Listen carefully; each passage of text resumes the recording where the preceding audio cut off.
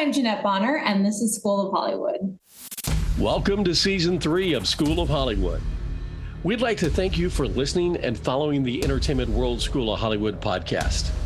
If you prefer videos of celebrities, they're available on entertainmentworld.us. Please take a moment and like the podcast and subscribe. And if you have any comments or questions, you can just send us a DM on Instagram at School of Hollywood. School is now in session. Hey, Jeanette, it's Steve, and I'd like to welcome you here today. You are in the buzz right now. Pretty Little Liars of the Original Sin. They wouldn't tell me anything about your storyline. So you're going to have to fill me in and your character. Steve, the whole show is out for your viewing pleasure. You can watch the whole thing. There's no more secrets. Well, for people who don't know the series, what ends? Okay. Like my parents and my brother who are like, hey, listen, I'm going to be completely real with you. I'm not going to watch Pretty Little Liars. Just like, they're like, tell me exactly what episode you're in, what time you come on. Love you, but that's not our show. So 100% understand if it's not your show. And I'm happy to spoil everything because there are no more spoilers. So tell me what you want to know. Well, tell me about your character. And why HBO kept it a big secret. Okay, so my character, her name is Rose Waters. I played the mother of Angela Waters, who is the first character to get murdered, commit suicide, sort of unsure, hazy, and literally top of episode 1. So the whole series is a setup of what happened to Angela Waters and why our present day Pretty Little Liars, our 5 sort of main characters, series regulars, how their lives are intertwined with this crazy story and this plot and why we should care. So one of the reasons that my character was sort of kept hush hush for so long is because it's the whole series is set up sort of like a major murder mystery whodunit reveal. Like I said, sort of the Pretty Little Liars are putting together the pieces of the story of Angela Waters and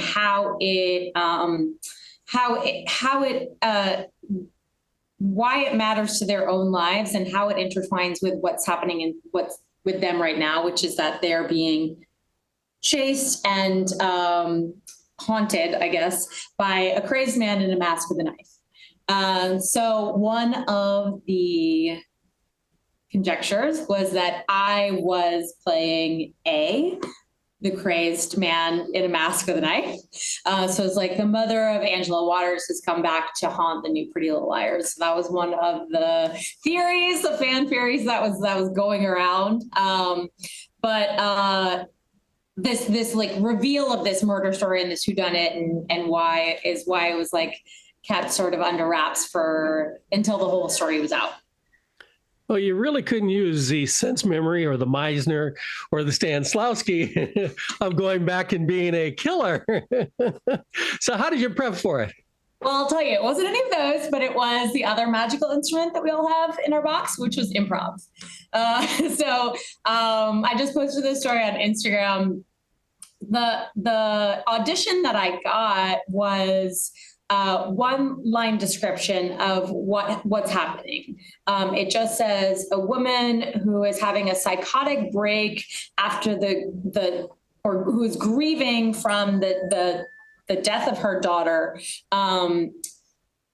charges into a crowd with a knife, something like that. I'm paraphrasing, obviously. And that was it. That was just like the one-line description. It wasn't like, pretend you are going into the crowd with the knife or anything. It just said that, and then it was sort of like, go. So, without having any idea of what was expected of me or what to do for the audition, you're just sort of like, have at it, So the first thing was to tackle like how a woman experiencing a psychotic break would grieving from the death of her daughter would act.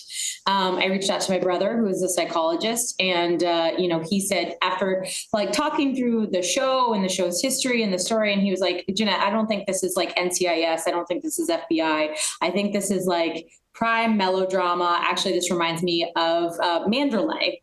So if you're a Hitchcock fan, which I'm going to guess you are, Steve, it's like, you know that reference. And immediately I was like, oh my gosh, the servant in the house with the burning and the fire. And she's like, she's, it's so unrealistic. It's phenomenal. And I was like, yes, it is Manderley. So the minute he said that, I was like, wow, now it's fun. Now it's fun. Now I don't have to think about like, oh gosh, what would that grieving process would be? I was like, I'm just going to go in there. I grabbed the kitchen knife from my kitchen, went to my bedroom, and just did a lot of knife improvs. And I ended up booking the role. And I just got lucky in that the role turned into a speaking role, because it wasn't set up like that. I didn't audition with lines, but I ended up booking this job off of a knife improv in my bedroom. That is awesome. So did you experience any of the real life ghost in the city? No, no, unfortunately, no good haunting stories or anything like that. But it sure was fun to film. I'll say that. So you have your own production company. You've produced quite a bit. Tell me about that. Yeah, I think so. This is going to date me, but I play a mother, so no, I'm not 25. So around the time that I know it seems wild to say, but around the time that YouTube came out, a lot of my friends, fellow actors, were talking about how this was this new platform where we could showcase our own work. And this new word came into being. It was called web series, which now sounds 100,000 years old. But this was a new avenue for us to say, like, instead of sitting around and waiting for someone to give us a job, why don't we write, create, and produce our own work for ourselves? It's mind-blowing. So that's what I did. I decided to create a pilot that would showcase me as the main character and the kind of comedy and branding that I wanted to do. And then was like, well, how do I get this made? So I kind of had to learn how to produce it. And I literally took a class. It was called, wait for it, Produce Your Own Work. And I learned how to make something, and it was very trial by fire. I learned sort of as I went. But after I made that initial pilot, I wrote a 2-season comedy web series called Ghostlight about community theater stagehands, combining my love of theater and filmmaking, and just like fell in love with the process and have never stopped from there. Sort of like when Ghostlight ended, I was like, what's next? And as I've been doing that and creating work for myself, other people have said, hey, I have a film, you know how to do this thing, I need help, can you produce my film? So I started meeting other filmmakers who wanted me to produce their work, and it's just kind of blossomed from there. So very proud to have work that is of my own creation, but also have produced other IPs that other people have written and hired me for.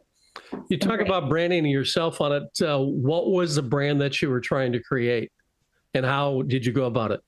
At the beginning, I really want to, I think this has changed. So even this is kind of saying this is going to be a kind of hackneyed conversation. But at the beginning, even like 10, 15 years ago, I just didn't feel like I was seeing the kind of comedic roles for women that I wanted to see, especially in New York. A lot of the comedy in New York City, or rather, a lot of the comedy we were seeing was LA based, was very sitcom-y. And I wanted a little more grounded, sarcastic, sort of what would come to be kind of like a 30 Rock, Parks and Rec style. And so I wanted to showcase myself in that vein as this kind of dry, sarcastic comedic actress. Mm-hmm. Which I think I still am. And so that's where I started. So that was like the first pilot, and that was Ghostlight. I guess I sort of wanted to start there. I don't know that like I've 100% just like stayed with comedy, but that was the initial impulse. But after doing 2 seasons of that and 4 years of that, I needed a little bit of a change. So the project after Ghostlight was a docuseries. I was like, no more narrative, no more scripted, no comedy. I need a break. So I did a docuseries. I was like, how can I just show up and work? Basically, was my thought.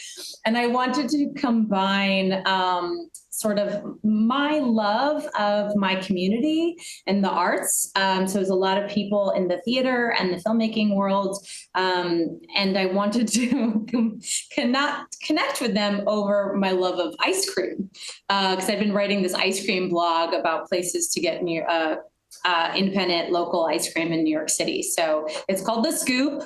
And I basically have a conversation and interview with a creative person, someone working in the theater or filmmaking world in New York City on the independent level, over ice cream. So well, I love ice cream. Sorry to overtalk you. What'd you say? I said, I love ice cream. Well, see, this is what's so fun about the Scoop is like, I made it in 2017 and it was right after, obviously like the election, and everyone felt like the media was so dark. Like every time you turn on the television, every time you turn on the radio, every time you listen to a podcast, it was like these like dark theorizings of like what the future was going to hold. And there was this very sad feeling in New York City that like freedoms were going to be taken away from us. And I know it seems extreme now on the other side of it, but that's what we were feeling back then. And I was like, how can I create some programming that's uplifting? So I wanted to talk about people's love of the art, and also like over this one food that I have never in my life met a single person that says they don't like ice cream.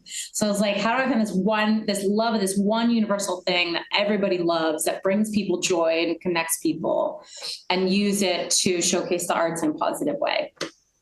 So with the ice cream plot, were you able to get some influencer gifts?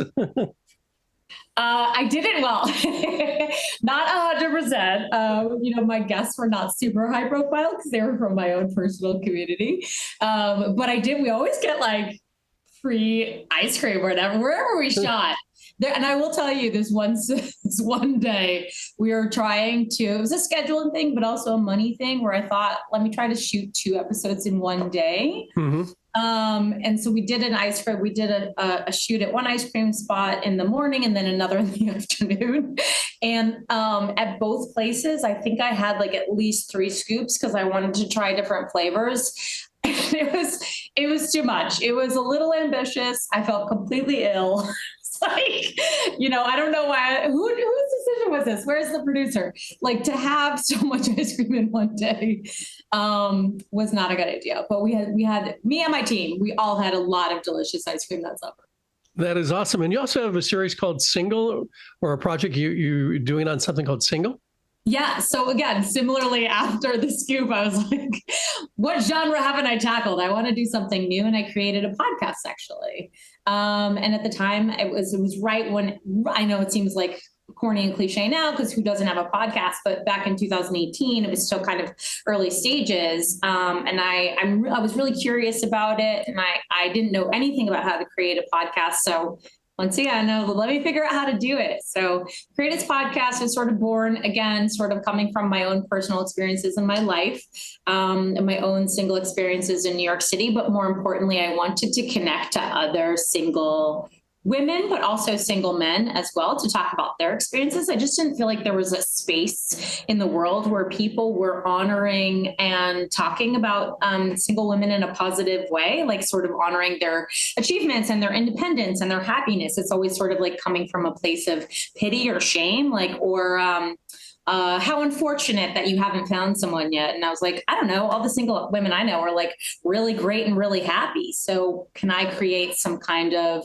content that showcases that in a positive way? So podcast is still going strong, having phenomenal conversations with single people in New York City and around the world, actually, and also talking to a lot of people in the dating relationship spheres and industries, just like talking about this as sort of a cultural phenomenon, if you will. So having a great time with that. Yeah. So talking about the single and the whole dating thing, what has been the worst experience you've had on a date? Again, I feel like you have to listen to the podcast, but this is a very elaborate story that I won't get into the whole thing, because I've got the #1 prize of the worst date story, and then I've got a couple runner-ups, and the worst one, again, it's a longer story and it's a great story, but this guy ended up feeding me through this kind of a kind of a like imaginary walkthrough. He's like, okay, I just want to like ask you, like, play this game with me. And I was like, okay. And he says, close your eyes, and you're walking through a field, and what do you see?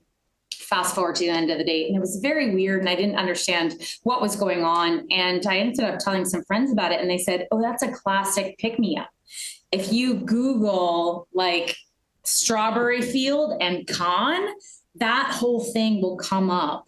And it's a way to pick up women and to sort of get them to be interested. It was so gross and manipulative. Mm-hmm. And I was like really disgusted that this guy tried this thing on me. And moreover, that it was this very famous thing that guys do. And I'd never heard of it before. I'd never experienced it. And I don't want to say a victim, but I was an unfortunate recipient. Yeah, I'd say I've never heard that one in LA, and I've heard just about every one of them. Oh, it's really weird. Feel free to Google it. Like I said, we don't have to get into the whole thing. Yeah. It's called Strawberry Fields.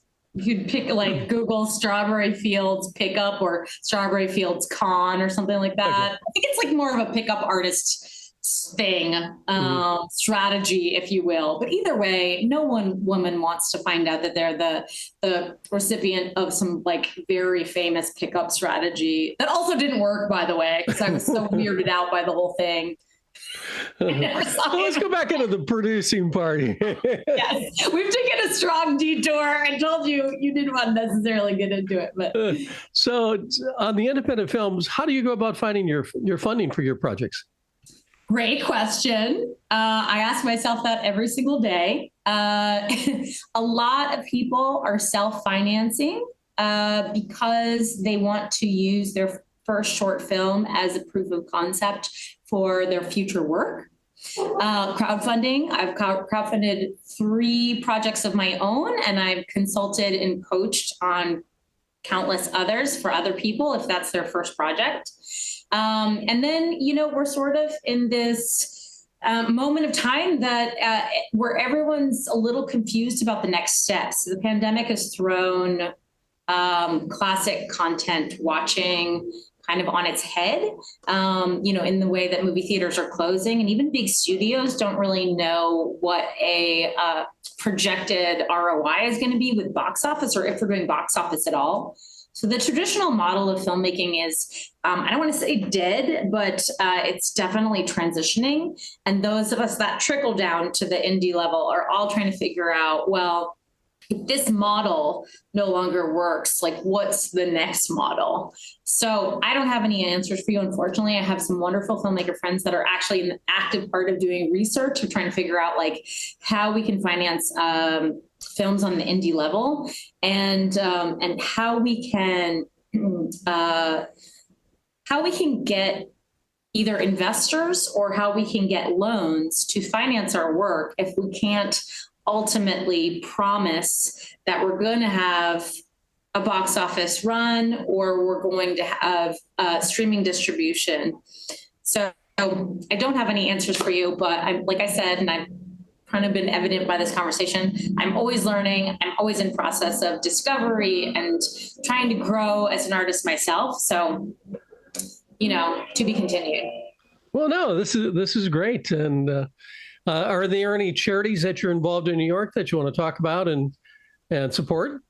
Yeah, actually, I am a teaching artist with a company called Only Make Believe, which was founded by Dana Hammerstein in the 1990s. Dana Hammerstein is the daughter-in-law of Oscar Hammerstein, and her husband was Jamie, which was Oscar's son. And when Jamie died, she created this foundation in his honor. It's named after a song from Carousel, which is an Oscar and Hammerstein musical, of course. Oscar and Hammerstein, Rodgers and Hammerstein musical. And it's built on the foundation that the belief that theater heals, that imaginative play is a key part of childhood, but more importantly, is a key part of the healing process. So intentionally, we go into schools and hospitals in the local New York City area. We also have a branch in Washington, D.C., to do interactive original theater for kids with long-term illnesses and disabilities. And I've been with the company since 2013. It's one of the most important pieces of my life, the ability to give back with the skill that I have training in and something that I love doing. I mean, we just go in from our parent point of view, we just go in and like use funny voices and put on these ridiculous wigs and play with the kids. But I will say that having worked with this company over this period of time, nearly 10 years, I have been able to see so many experiences with kids where this has aided them to open up or aided them to let down their walls or just allowed them a little piece of childhood in a really difficult time. And I really believe in it. It's very important to me. I love doing it. It's fun. But more importantly, I really believe in the foundational ideology behind it. That is awesome. Where can people find you on social media? Oh, goodness. So I have a personal acting account on Instagram at Jeanette E. Bonner. My production company account is, I should preface this by saying my production company is called Kelly's Pool Hall Productions. I am not Kelly. I do not own a pool hall. It's based off of an inside joke of my family where my grandmother used to answer the phone, Kelly's Pool Hall, which we later found out was actually used in Die Hard by Mel Gibson. So we don't know if she stole it from Mel Gibson or Mel Gibson stole it from my grandmother, but sidebar, it is at Kelly's Pool Hall. The podcast, of course, is at #SinglePod. And sort of all of those reference each other.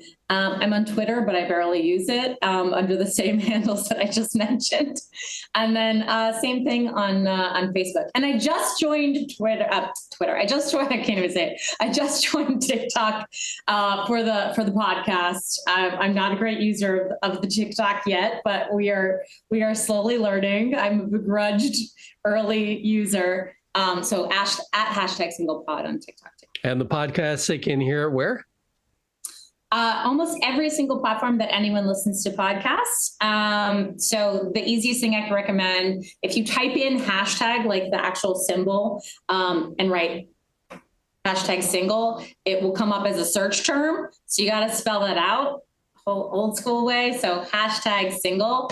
And it should pop up. But obviously Apple, Spotify, Google Podcasts are sort of like the big three. And then everything from like Amazon is doing podcasts, Pandora is doing podcasts. I think there's more. I can't even remember myself. Yeah, but they're all hyperlinked at the Instagram account if that's like too much information.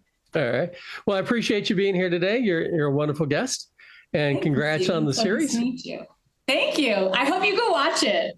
I will. Report back. I hope you get sucked in. You weren't expecting to. Thank you for listening to the latest School of Hollywood podcast. We'd like to ask you a small favor. If you enjoyed the podcast, please like it. And if you really liked it, please share it on your social media.